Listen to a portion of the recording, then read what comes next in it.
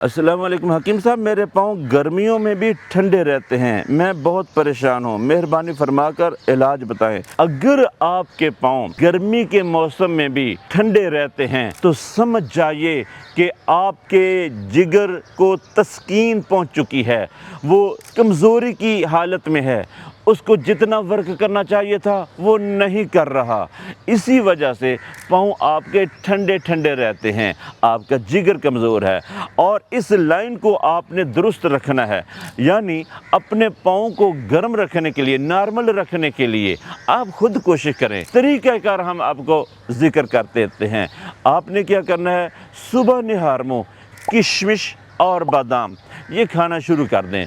तकरीबन 15 से 20 अदद किशमिश और इतनी ही मिकदार में बादाम, इससे कम भी हो सकते हैं, ये शुरू कर दें। और नाश्ते में अंडा खाना शुरू कर दें। और इसके अलावा छोटा गोश्त अगर आपको मैसर हो वो इस्तेमाल करें।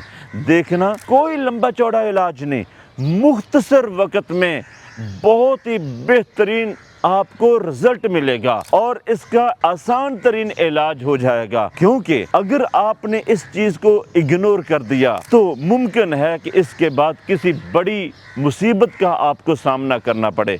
तो आप बिल्कुल मुख्तसर मगर जामे तरीन इस डाइट प्लान को फॉलो करें, इसको इख्तियार करें।